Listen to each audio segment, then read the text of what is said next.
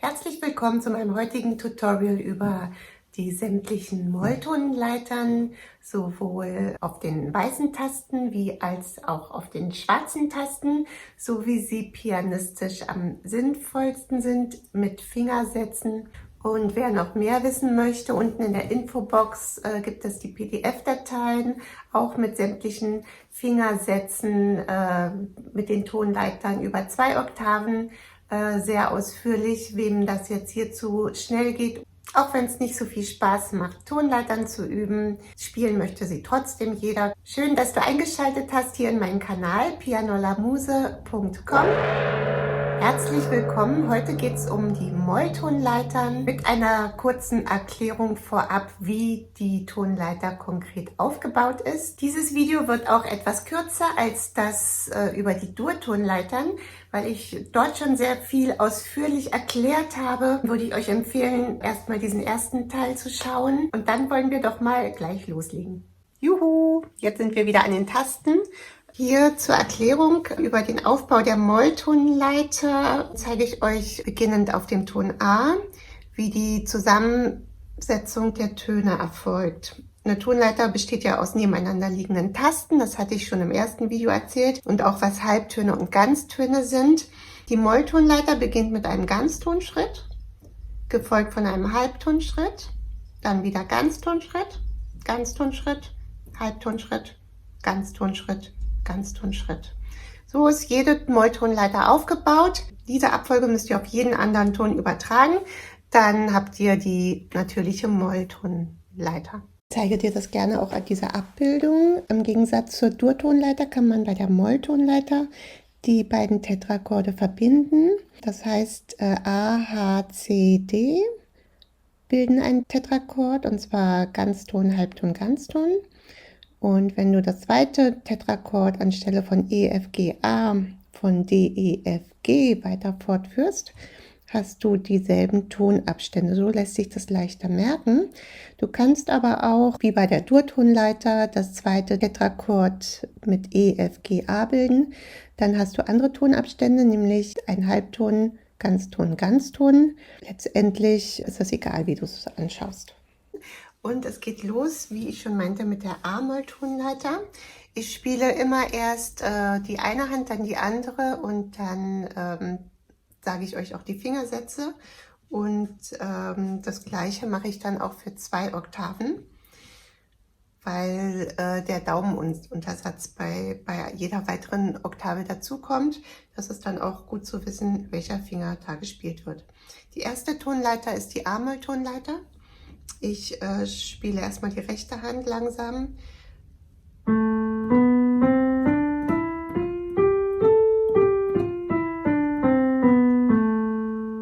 Also der Fingersatz geht erste, zweite, dritte, Daumen. Und jetzt, wenn du 2 Oktaven spielst, kommt nach dem 4. Finger der Daumenuntersatz, dritte, und dann kannst du ausspielen. Natürlich, wenn du weiterspielst, ist das Prinzip immer dasselbe, dass du nach dem 4. Finger den Daumen untersetzt. Zurück, dritte, vierte, dritte. Die linke Hand fängt mit dem 5. Finger an. Danach der 3. Finger, 4. Finger, dritte. Zurück denselben Weg.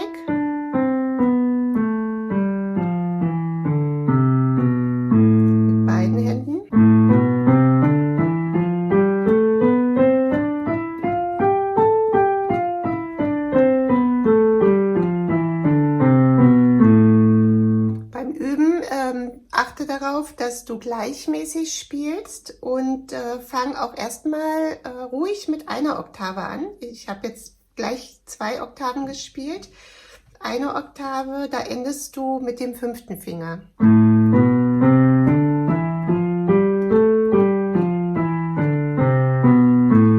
Für die Leute, die das noch nie gemacht haben unter euch, würde ich tatsächlich sagen, macht erstmal eine Oktave, damit sich die Finger erstmal daran gewöhnen, und steigert dann auf 2 Oktaven, damit ihr die Kontrolle behaltet und der Fingersatz auch korrekt gespielt wird. Die nächste Tonart ist auf den weißen Tasten H-Moll. Ich spiele erst die rechte Hand, eine Oktave, dann 2 Oktaven.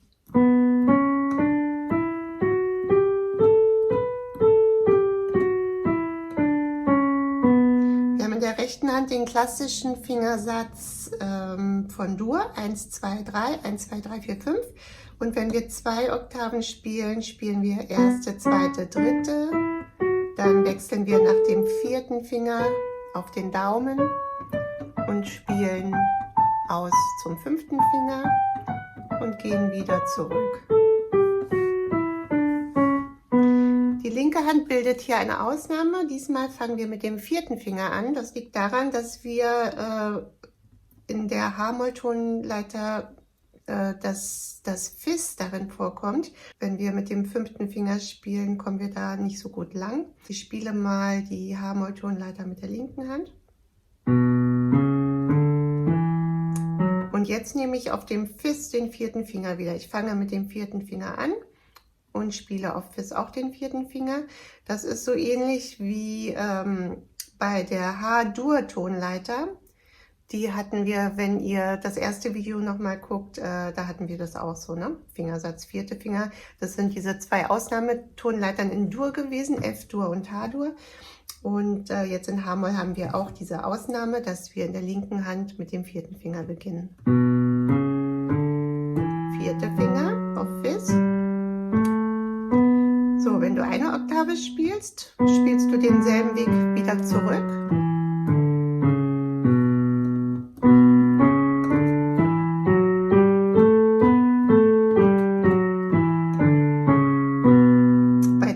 Oktaven wird nach der ersten Oktave wieder der Daumenuntersatz verwendet. So, jetzt den 3. Finger in der linken Hand. Daumen rechte Hand und ausspielen. Mit dem 4. Finger übersetzen. Und den gleichen Weg zurück.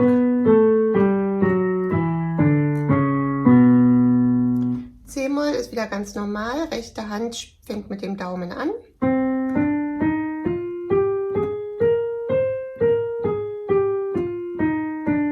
Linke Hand ist auch ganz normal.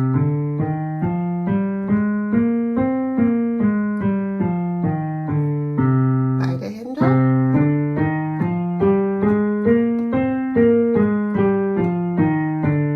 Und 2 Oktaven. 4. Finger nehmen, in der linken Hand und wieder zurück.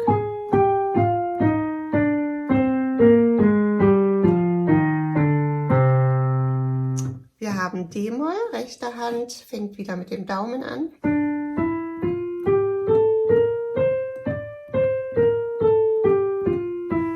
Linke Hand fängt wieder mit dem 5. Finger an.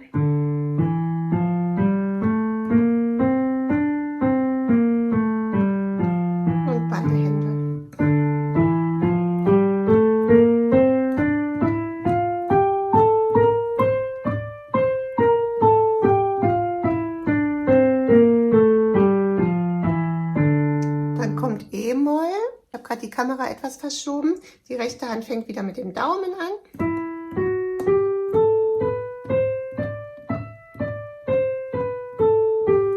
Linke Hand mit dem 5. Finger.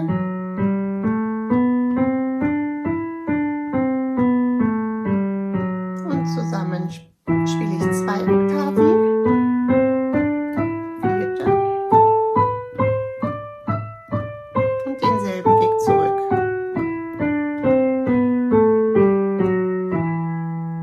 Dann kommt F-Moll, rechte Hand.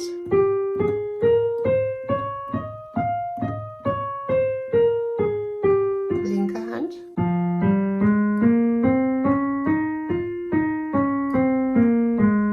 Beide Hände.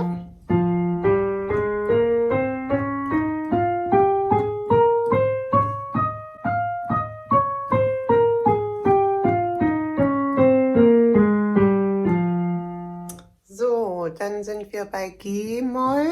G-Moll fängt auch mit dem 5. und Daumen an. Ich mache erstmal eine Oktave.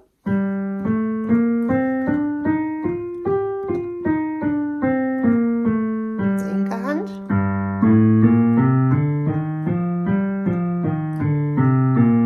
Und beide Hände. Ich spiele wieder 2 Oktaven. Dann könnt ihr euch das abgucken. So, und dann sind wir im Grunde schon wieder bei A-Moll, unserer Ausgangstonleiter. So, jetzt fehlen noch hier die schwarzen Tastentonleitern. Ich fange mal ruhig auf dem Cis an und sehe aber gerade, dass hier wieder die Tasten. Ich fange mal hier unten an. Cis-Moll fängt mit dem 2. Finger an, sind jetzt ja wieder schwarze Tasten. Da gehen wir nicht so gern mit den Daumen drauf, das hatte ich auch schon erwähnt. Der Fingersatz rechte Hand, du fängst mit dem 2. Finger auf Cis an. Cis.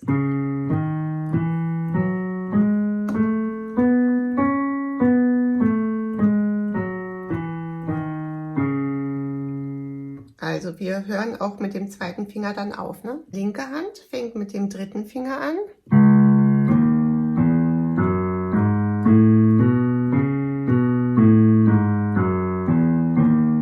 Zusammen.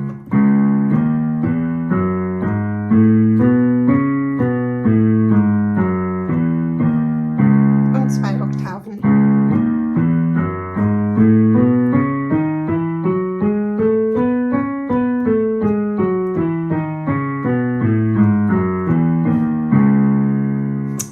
Weiter mit Dis-Moll, Entschuldigung, rechte Hand, fängt wieder mit dem 2. Finger an. Diesmal kommt nach dem 2. Finger aber direkt der Daumen.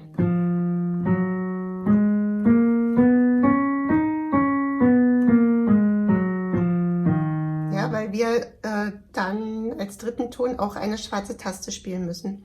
Die linke Hand fängt auch mit dem 2. Finger an.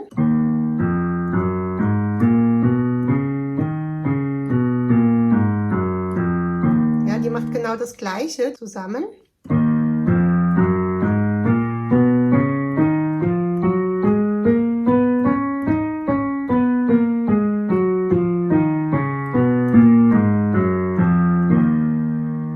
Dann kommt Fis-Moll. Ich spiele erst die rechte Hand. Die rechte Hand fängt mit dem 2. Finger an, dann kommt der 3. Finger und dann der Daumen auf die weiße Taste.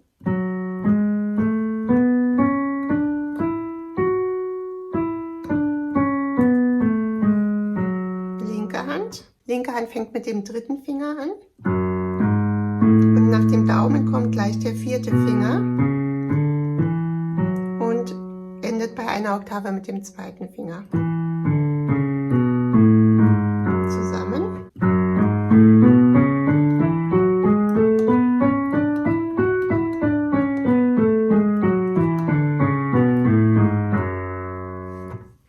Dann kommt Gis-Moll. Gis-Moll fängt in der rechten Hand mit dem 2. Finger an, in der linken Hand mit dem 3. Finger. Ich spiele erst die rechte Hand.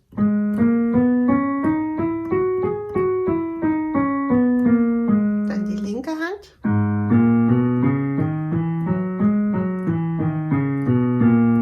In der linken Hand, wenn ich eine Oktave spiele, spiele ich zweimal den 3. Finger. Ihr werdet gleich sehen, wenn ich 2 Oktaven spiele, spiele ich nach dem 3. Finger den 4. Finger, weil ich hier über die 3 schwarzen Tasten muss. Schaut es euch an. 4. Finger, ne?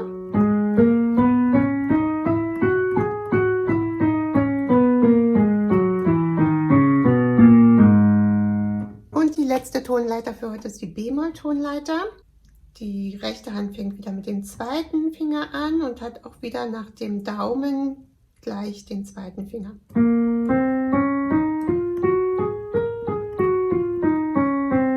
Linke Hand fängt auch mit dem 2. Finger an. 3. Jetzt aber den 4. Zusammen. Gleich 2 Oktaven.